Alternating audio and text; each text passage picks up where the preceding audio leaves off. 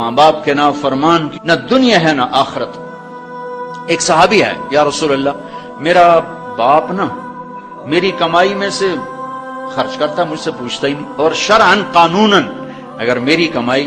میرے باپ کی جو کمائی ہے یا زمین ہے جائیداد ہے اس سے الگ میں نے اپنی محنت سے کوئی کمائی کی ہے، وہ میری ذاتی چیز ہے، قانوناً میرے باپ کو بھی پوچھنا چاہیے کہ بیٹا یہ تمہاری چیز میں لے سکتا ہوں، یہ پیسہ میں استعمال کر سکتا ہوں، قانون یہ ہے۔ تو اس نے قانون کی بات کی کہ میرا باپ میرا مال اٹھا کے خرچ کر دیتا، مجھ سے پوچھتا ہی نہیں۔ آپ نے کہا اس کے باپ کو بلاؤ۔ اس کے باپ کو بلایا تو وہ انہوں نے پوچھا کیوں بلا رہے ہیں؟ کہ تیرے بیٹے نے تیری شکایت کی۔ تو اس کو اتنا غم لگا کہ وہ کٹ کے مر گیا۔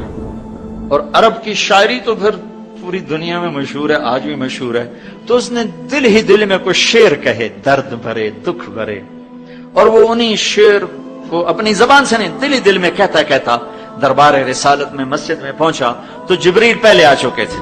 کہنے لگے یا رسول اللہ تعالیٰ فرما رہے ہیں کہ آپ اس سے کہیں کہ پہلے وہ شعر سنا جو تیری زبان سے تو ادا نہیں ہوئے تو تیرے رب نے عرشوں پہ سن لیے ہیں۔ آپ نے فرمایا بھائی اب تمہارا کیس سنوں گا، پہلے وہ شعر سنا جو تیری زبان سے نہیں ادا ہوئے۔ اللہ نے سنے۔ کہنے لگا یا رسول اللہ میں گواہی دیتا ہوں آپ سچے رسول ہیں، آپ کا رب بڑا طاقتور رب ہے، آپ کے رب کی قسم زبان سے ایک لفظ نہیں نکلا، دکھ بھری فریاد تھی جو دل کی دنیا میں اٹھی اور وہیں گم ہو گئی، سینے سے اٹھی اور سینے میں دفن ہو گئی، پر آپ کے رب نے عرشوں پہ سن لیا۔ آپ نے کہا اچھا سنا تو صحیح میرے بھائی۔ میں کہا جی میں نے کہا بچے جس دن تو پیدا ہوا اس دن سے ہم نے اپنے لیے جینا چھوڑ دیا، ہم نے تیرے لیے جینا شروع کیا۔ گرمی سے لڑے، سردی سے لڑے، موسموں سے لڑے، حالات کے آہنی پنجوں سے رزق نکالا، جبڑوں سے رزق نکالا، جوانی کو قربان کیا، صحت کو قربان کیا،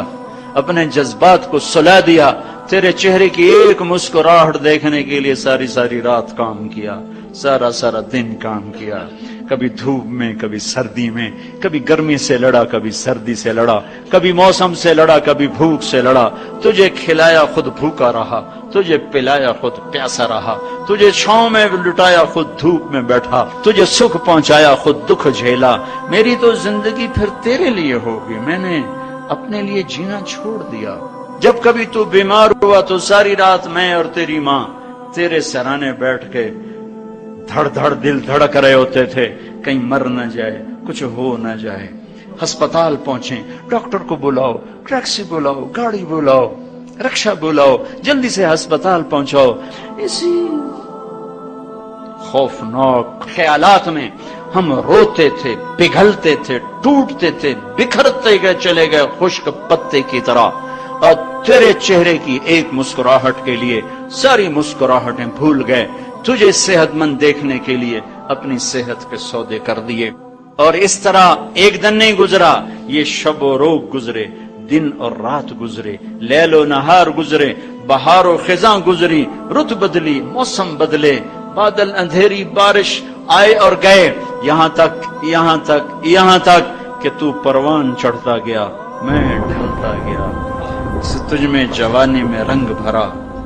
اور بڑھاپے نے میرے سارے رنگ نوچ لیے،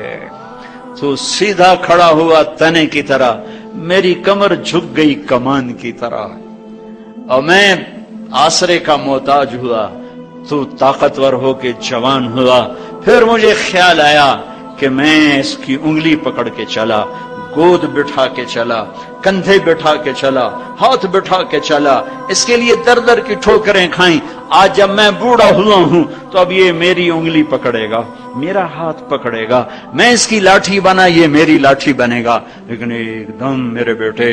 تیری آنکھیں ماتھے پہ چڑھ گئیں،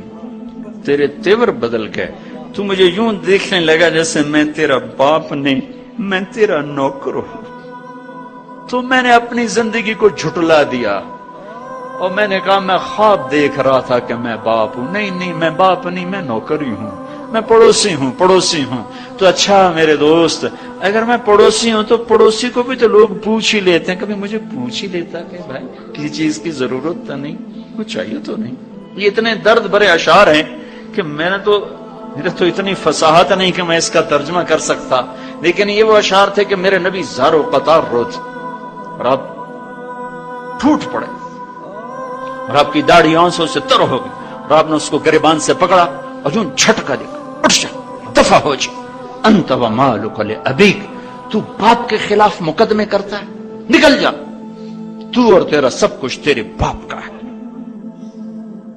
یہ صرف روزے شب قدر سے متعلق نہیں ہے کہ ماں باپ کا نام فرمان ہے تو اس کی شب قدر برباد ہو گئی، ماں باپ کا نام فرمان ہے تو سب کچھ برباد ہو گیا.